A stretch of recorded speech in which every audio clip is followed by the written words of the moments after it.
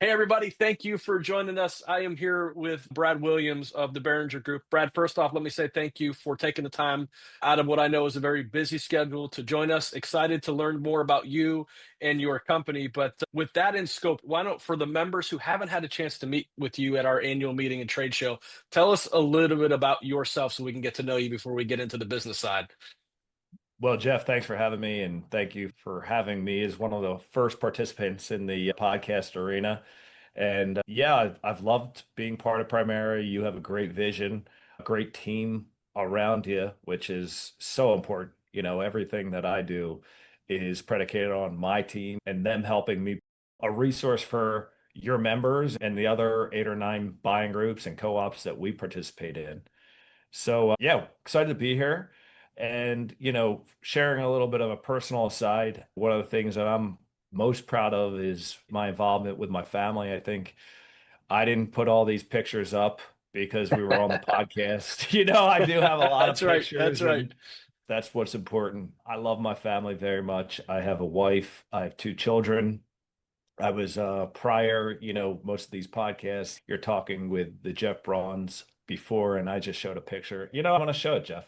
Yeah, do it, man. That's Absolutely. what I'm most proud of. That There you that little go. guy and my little girl, raising the children how I see the world and doing it right and being a good role model for them and making them better than me. So, Love it. Love it. I love one of the things we'll talk about this, but I love talking to family business owners and their kin because I see myself and I see my son and what he's going to do, what my daughter's going to do, and I go, how can I make it right for the families out there Yeah. if they had their children in their position? What do they do? So, what do I like doing outside of family? I love playing golf. I like watching college football. My goal is, I said this to a different buying group, Pride, which is a food service and equipment group. I would love to get to every SEC football game. And Oh, big goals. I like it. I yeah, like it. yeah, I mean, that would be really fun. And to take my kids along with me and just show them different cultures, right? Down Yeah. south. I limit it not to the SEC, but going to Nebraska, how great would that be Yeah. to No check doubt. out that? You see the towns, right? We're in Philadelphia-ish. State College is nothing like Philadelphia, No right? doubt. So No you get doubt. to see the real communities, the real good folks part of the country. So Awesome. Awesome. No, I appreciate that and would vouch for everything that Brad is sharing. Every time we're together, we typically kick every conversation off talking about family, which is ironically a great transition to why we're here today, talking about family-owned businesses, independent distribution. Maybe share a little bit about how you got started on this side. Obviously, the passion for your family and how that plays over into what you do. But give us a little background about the Behringer Group and how you got here and how this has become a passion for you. um or the mid 2000s, and I went and worked in New York on Wall Street and was part of the financial sector, and was doing really well for about 10 years. And just like anything, my father always shared with me, he goes, you never know who's going to help you or where the road may take you, but just do the right thing. And so I met the Beringer Group. I thought I was coming in to talk about some of the service that I could provide at that time, and they said, we like that, but we're not really interviewing, but would you consider working with our group? And it was the best opportunities in life are really ones that no one really has the plan for. And the rubber, it came to us where they said, we don't draft always for position, we draft for talent. And would you guys come over? And I said, well, tell me more about what you do. And they said, look, we've been in business for 40 plus years. We help privately held business owners, help them at their inflection point determine what they want to do. Should we keep it or should we sell the business? And I said, well, that's really different. I said, most of the competitors out there, they fall in one category. Should we sell it, right? So you have M&A and investment banks over here, and then you have succession plan groups over on this arena, but Mm, not one group usually covers both sides of the fence. yeah. So when I heard that, I go, that's really different. I really like that. And Fisher Investments does a great job. They've taught the world what a fiduciary is, right? And for folks that haven't watched that much TV, a fiduciary is a financial representative who puts the client's purpose in front of theirs, right? So they're not trying to make a quick buck. They're trying to be a long-term advisor. And that the Beringer group believes it. And Yeah. I've always believed that, but it's hard to find that in an investment firm. And so I've been here about 10 years. We meet my personal aside, I've helped about 50 to 75 companies determine which direction they're going to go. And of that, 25 have been on the sell side. Okay. And the other 25 to 50 have been on the keep side. And the question, a lot of folks are pretty good at math out there, of why is it that I don't know the exact answer, is there's times where I'll be at Primera, I sit down with folks and they ask me a bunch of questions. And honestly, it's a lot harder to charge out a fee Yeah. or obtain a client because we can provide advice and they go, okay, well, that sounds great, Brad. We're going to go do that. And honestly, as I mentioned to Jeff, I think when we first initiated our relationship, I go, we're going to do a lot of pro bono work. And that's okay because we have time to work with the groups. And there's times where they need to hire us, and there's times they need to run ideas by us. Yeah. So that's what I like about it. I appreciate it, Brad. And for those listening, I would share, right? Brad came recommended to us for some groups and relationships that I have with some other groups. And I know some of Brad's clients who have used succession planning well and who have sold the business, both give say high regards, not only about Brad and his team back to that group, but then the group back to as we get together as different co-ops together to talk about what's going on in the industries, which is how this connection started. And it's been great. So Brad, I appreciate that and that unique perspective of offering both of those services. You're right, it is pretty unique.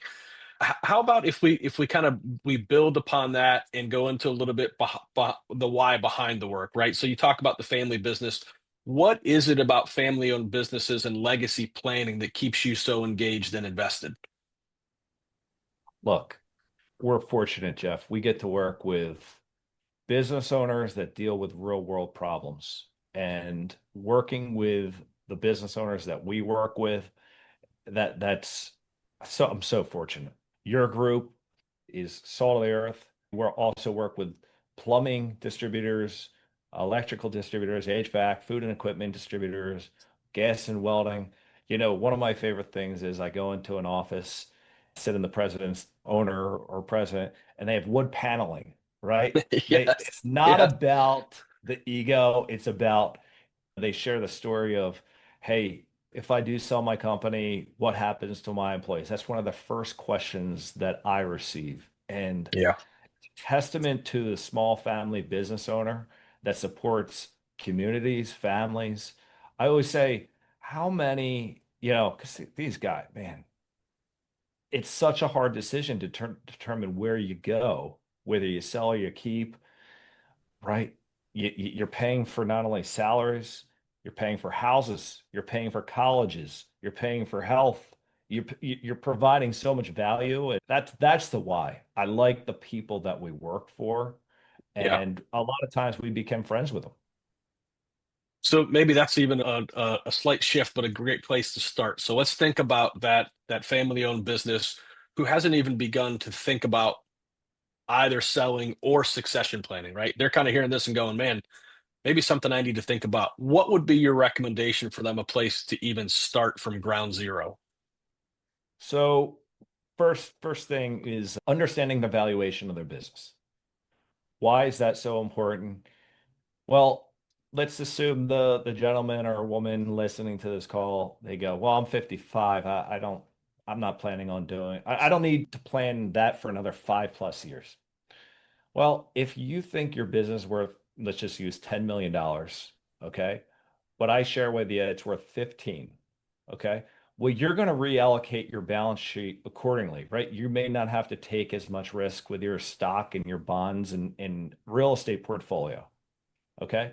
But conversely, if if I share with you the business, in our opinion, is worth five, okay, you're going to do the exact opposite. You got to go risk on with your portfolio. So that's the first place I would understand and try to shape an opinion on. But I was, Jeff, you shared with one of the members in your organization just recently, and we shared with that gentleman, why is it important, even if you're 55, if you're thinking about keeping the business, it's even more so important if you're keeping the business because they may have management or operational folks that you go and say, I don't want to sell to a third party. I want to keep it within the business. Yeah. Well, giving them 10 to 15 years to create a plan and you potentially may finance it, right? Giving them, I analogize it, a 30-year mortgage versus a 15-year mortgage, right? They Yeah. would have the opportunity to pay off incrementally a smaller number over 15 years versus 5 years. And then, like, not to get into the weeds, but if your business is worth $15 million, you may want to start using some of your estate tax exemption. So shifting over assets, using your gifting, all of these types of things. But the first place is the valuation. And a little sidebar about we'll help you with the valuation on our nickel as part of the Primera membership. Yeah. Brad, I appreciate that. And I'm going to suspect some folks are listening to this and going, well, I hadn't thought about it that way. So great perspective. For other clients that you've engaged at that truly beginning stage, I haven't done anything. I've heard about it, but now I've got to take steps. Is there anything that maybe you've learned from some of those clients that might be a best practice for them to implement starting today? So I hear valuation, but what does that step mean? Is it as simple as I got to call Brad and be like, hey, I heard you at Yep. ground zero. What's the starting point? Or have you seen other things from some of those clients who have successfully started at ground zero and then embarked on that journey with you? Yeah, I would do two things, right? Look at evaluation. If you want us to help you with it, give us a call. We'll sign an NDA, send us over the financials. It takes about a week or two, depending on our workload. Number two, this is where we can help, but you can put this in perspective, internalizing it as you think about is a fire drill. What happens to the company if I'm not here tomorrow? I Mm, think those are the two most important things as a business owner you can do for peace of mind today. That is something that won't really cost you anything, but it will take a lot of mental fortitude to yes. help you understand the what if moment. Okay. Yes. That is so important. And there's the fortunate thing about what we do is we talk to so many business owners, right? They're so often working in the business, and sometimes they forget to work on the business. And working on the business is the what if moments. No one likes to think about it, but Yeah. we care deeply about the clients and the employees and everybody else that affects. I think that's really important. I love the perspective, Brad, because I almost get worried that some people we hear, oh, he said talk about when you're 55, 50. I got a couple more years. The planning, whether it's succession or different, could be tomorrow, depending on what happens in an individual's life. And Absolutely. we've seen that happen. So I think that's great. How about so if they reach the stage where they're working with you, they kind of get an understanding from a valuation perspective, maybe give a glimpse into how you guys approach the keep sell strategy and work with a independent business owner to understand what those options are and if I can be as bold by saying not leading one or the other, but by giving them the full picture, maybe give some breadth into that if you don't mind. Right. So the keep sell analysis, if you went to our website, we're big on the not having a solution before we speak with the client. Okay. And the keep sell analysis is just that, right? Start with valuation, then understand what the client's looking for, but giving them two different options. So we break down the pros and cons of keeping, we give the pros and cons of selling. And we ultimately plan around what the client wants to execute on, right? We're advisors.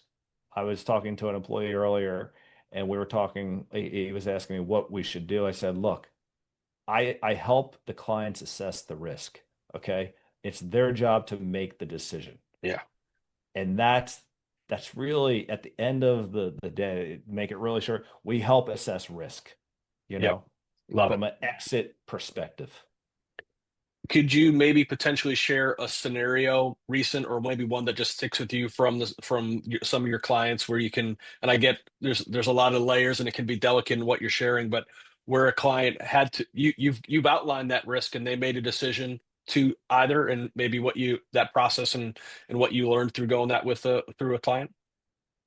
So, all right, this one was a little hairy, and it was fun, and it segues to why I would be always dressed up for this, Jeffrey. I know But you would. I know you I, would.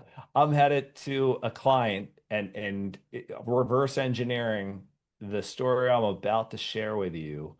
They referred me to the client. I'm about to hop on a plane in about an hour or so. So I always say to the folks that work here, right?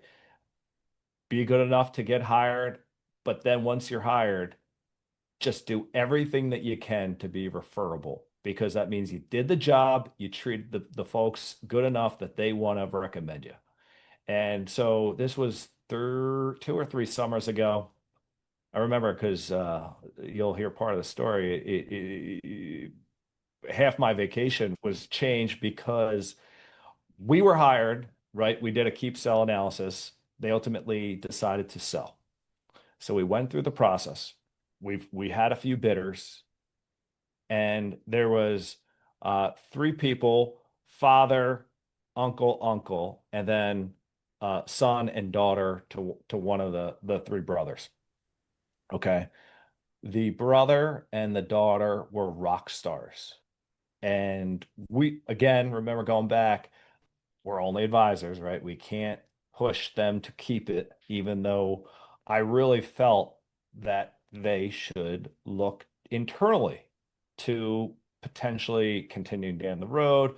But again, every family has their own scenarios where they have to manage certain elements to risk and family, and it gets really uncomfortable. So they went ahead and they were looking to sell. So we take them down the process. By the way, some people on the call may go, well, what does it take to sell the company and how long? It's usually about 6 months, right? So we're about 4 or 5 months into this process and we're on vacation and they give us a call and they said, well, we've changed our mind. We're going to do a family buyout. And I said, okay, great. Let's just walk through the math again before we tell the suitable buyers that we're going to move off of them, right? Because Yeah. we don't want to take that risk off and then put it back on and play back and forth with potential folks that are going to buy. So we spent a lot of time calculated an internal buyout, how it would be structured, and at the end of the day, I called up one of the folks at one of the sons and I said, I don't know if you want to buy the company. I said, what you may want to do is buy the real estate. Okay. So he then said, well, all right, I'll trust you. He ended up buying the real estate and it's been a windfall. It's been a Mm. complete windfall. And it was the right decision because knowing what I know now with the buyer and the seller and how much angst there was between everyone looking to exit, it could have gotten really bad and broken up the entire family. And long story short, they closed. They are completely happy with their exit. They continue to be a family held entity, right? Nothing has changed. It's really a financial partner that Yeah. came in and it's a standalone to this day. But again, he referred us a nice piece of business that I'm about to get on a plane and go visit the client. So That's I think it's awesome. all worked out. I could try to convince him to look at this other company to buy, but There you go. he's having such a good time with that real estate. He Yeah. goes, I'm not gonna mess with that. I love it. So, Love it. Brad, how about, and I think this becomes often the elephant in the room when we talk about the valuation and whether you're deciding to keep or sell. And how do you deal with that either excitement because you find that they're undervaluing their company, which is probably a much easier conversation than the flip side when you oh have to yeah, go through that valuation and business owners going, wait a minute, I know my business is worth more than that. That seems to be one of those things that you tend to hear when you start to hear rumblings of who's on the market. Oh, well, they're looking for this multiplier. They're looking, and there's a lot of what I would call rumors around the multipliers in there. How do you handle that when you find that you've got to talk to someone about the valuation of their company and maybe it doesn't necessarily meet what their expectations would be? Well, we are paid as advisors to give the news, not the want. And I've shared this with many business owners. We will get you, if you hire us to go out to the market, we will get you the best price for your company. Okay. But what I typically do is if I think the company is worth 10 to 12 and we get 13, I'd rather under promise and over deliver. But understanding the marketplace before you sign up is way more important than me telling you a number you want to hear, Yeah. right? You have to be comfortable with the lower end of the market because a lot can change, right? COVID, interest rates could spike, the government can shut down. Yeah. As we're recording this, the government's Yes. looking to do that. Yeah. So a lot of factors, right, that are uncontrollable. So I need, right, it's such an emotional decision to even consider looking at an exit to a third party. As we look at the internal decision making, right, the three biggest decisions a business owner will, we believe, ever make will be for, let's exclude starting the business, right? Yep. Once you're in it, it is who you marry, children, right? Yep. And the exit of a business, right? There's so much Love it. emotional availability to that exiting of the business because you're deciding and you've spent the most, think about this. You spent the most waking hours at that business. Yes. 40 years times 8 to 12 hours a day. And I'm speaking as a business owner myself, right? They think about it, right? There's not a shower in the past 10 years that I haven't thought about clients and what are we going to do? And business owners, they don't get to their desk and start thinking, okay, now what should I do? Right? Yeah. It's always on their mind. So I think that's really important.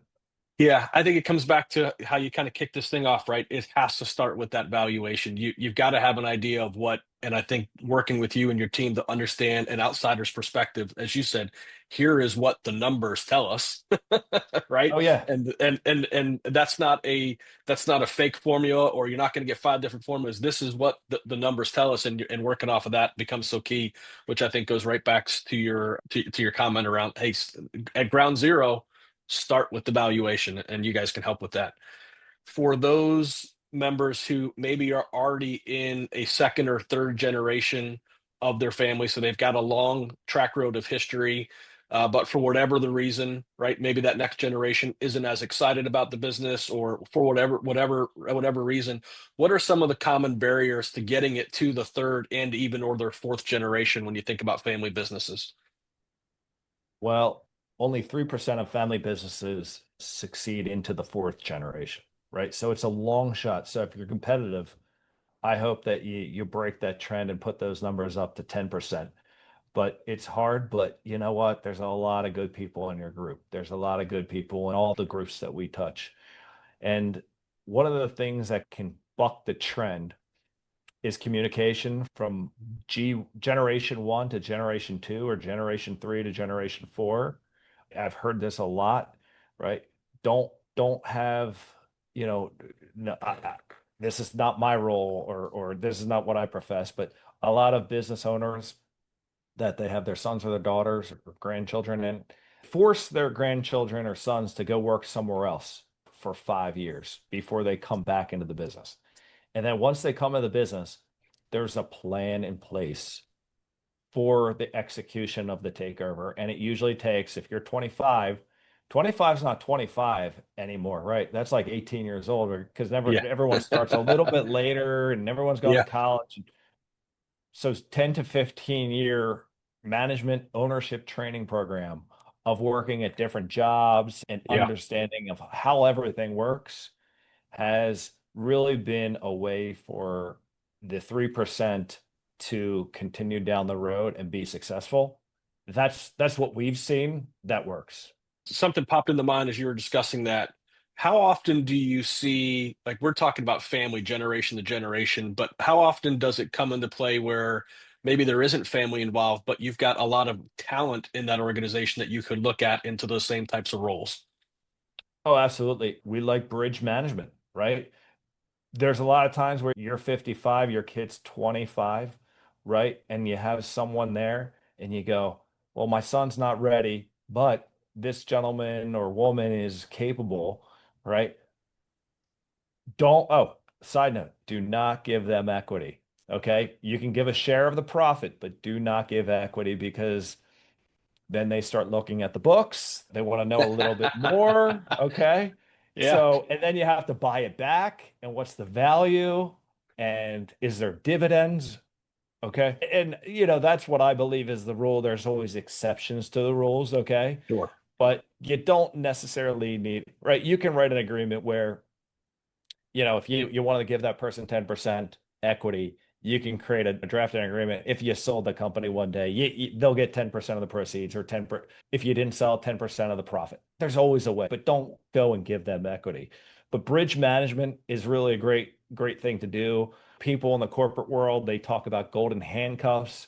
There's ways we can share. I don't want to go too deep into Sure. to how, but there's ways to keep really good employees locked in for 5, 10 years with some beneficial long-term incentive plans. Yeah. So I love that as a way because, little Johnny or little Susie, it's not great if you force it into their hands too soon because then there's a lot of angst and there's ways to beat it into success. I appreciate that, and I like well, I'll find a way to like highlight that as we're in the video. Like this, you just shared a best practice. You got to walk away with no equity. I wrote that down a few times. Maybe kind of share. So let's maybe focus on the keep side, and whether that's family, whether that's bridge management, whether you've got talented employees in there.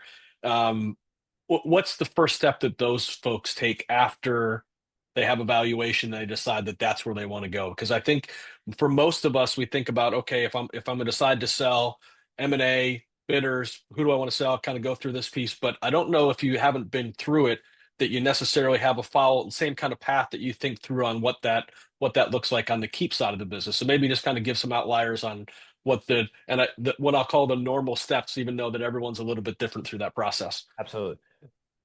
So people go keep, sell, right? Well, there's so many different options in between. Okay. Yes. I'm so happy you asked this, right? So there's ESOP. A lot of folks have heard about ESOPs, but what are they? Where do they fit? I'm going to share with you maybe another quick snippet. ESOPs really work for companies doing 40 to 50 million dollars and above in revenue, okay, and have 40 to 50 employees. Can someone do it lower than the number? Sure. But that's where we believe they fit. We can help you with that. But Little sweet spot. yeah, well, that's the sweet spot. Also, right? Bridge management.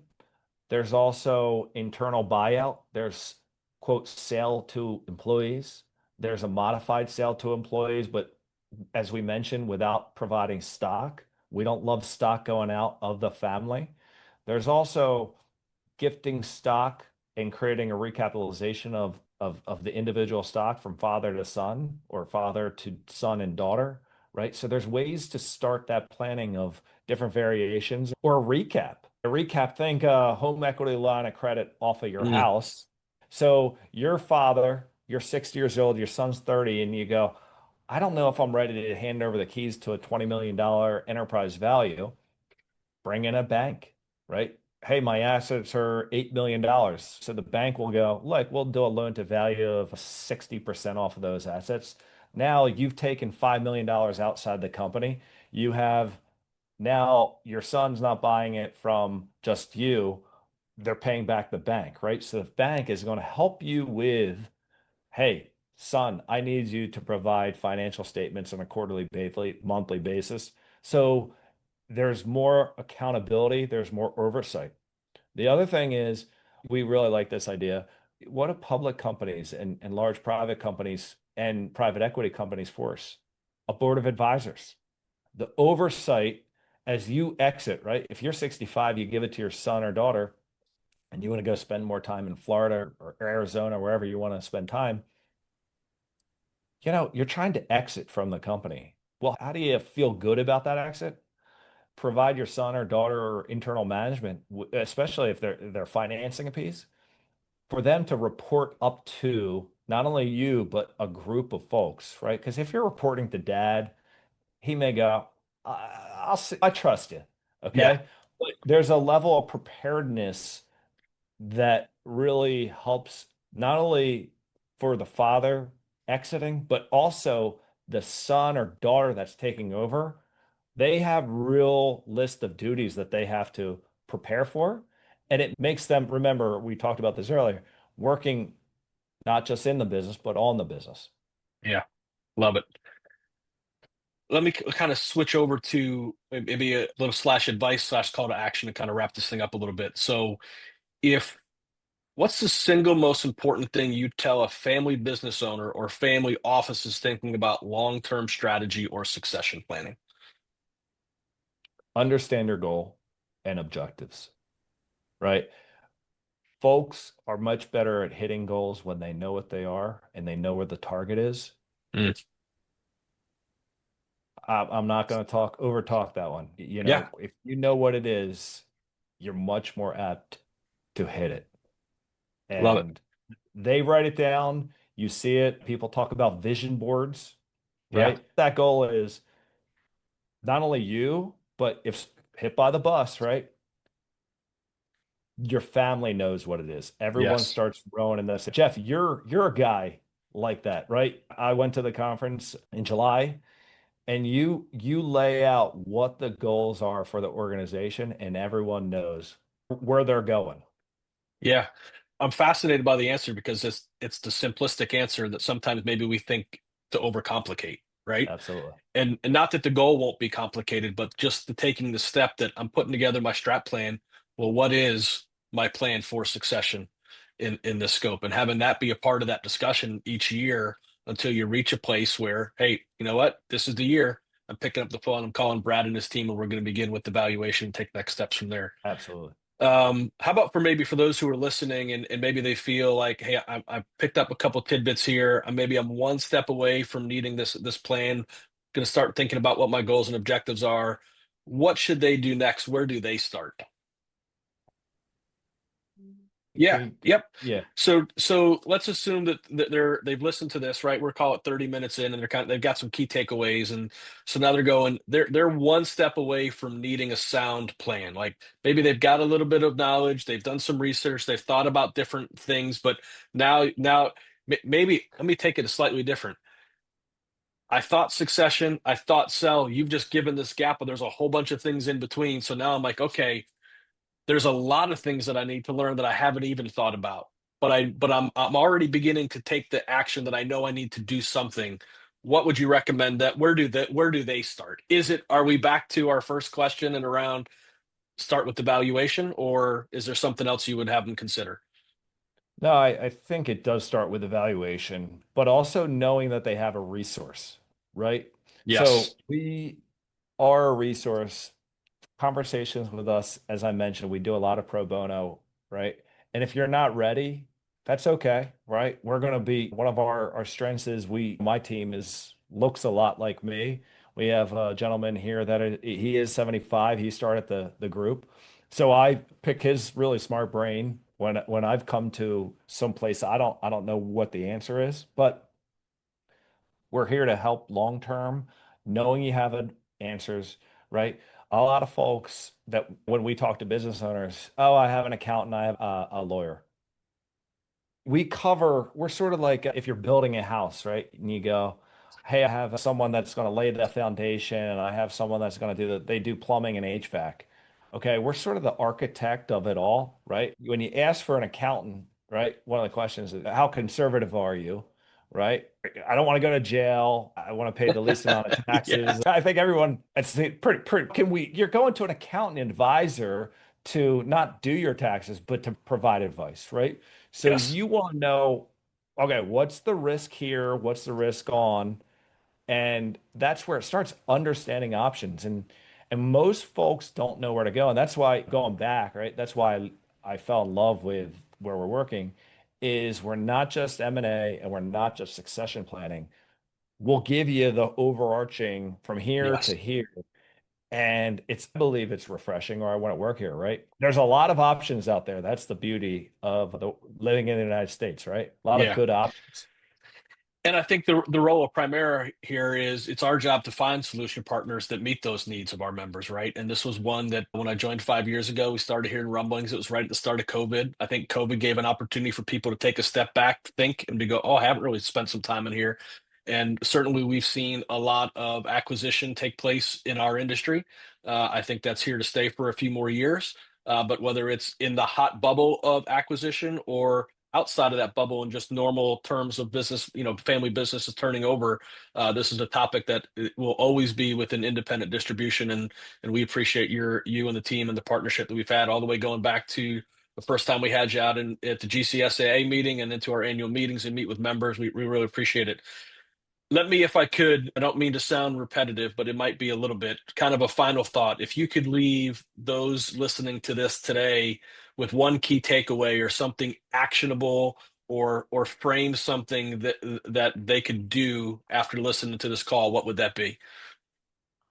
I think understanding that if they call us, it's not going to be a sales call. It's going to be an educational, understanding the options. Okay.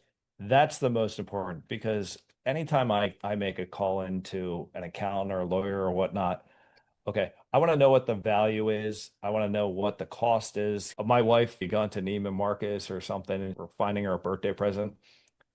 It drives me crazy when, the associate makes you feel like a jerk for asking the price, right?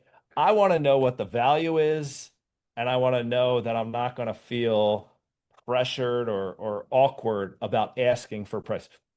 The first two phone calls that we ever have is just going to be helpful to you of knowing what your options are. And Yeah, then if you guys go back and you huddle, we'll have the conversation about our pricing metrics, how we're not a nonprofit. Okay, we yeah, know that. understood. But Yeah, knowing your options is really, really helpful. And that's where we'd love to help the members and yeah, also if there's any folks out there that are looking to make acquisitions of even if you want a valuation on the target, we're happy to help you there too. We would love more Primera to Primera partnerships out there, Jeff, you sure. know? But yeah, that's the takeaway. No, I appreciate that. I think it comes back to what I shared earlier, right? The partnership between you, your team, and Primera was because of your track record in other industries in small family independent owned businesses. And that is our lifeblood. That is what we've been for now coming up on 25 years. So I think this is a great opportunity, and I appreciate you again carving out in a busy schedule, just an opportunity to have some dialogue around it. I think we'll probably spark some ideas and some things. I'll make sure to share to our members your contact information of how to reach out and vice versa, our members' contact information for you. And I look forward to hearing not only from you the stories that you're getting from members, but vice versa, our members calling us and saying, "Hey, thanks for the introduction because this was a great piece of business advice and things that they're working on." So, Brad, thank you for the time, my friend.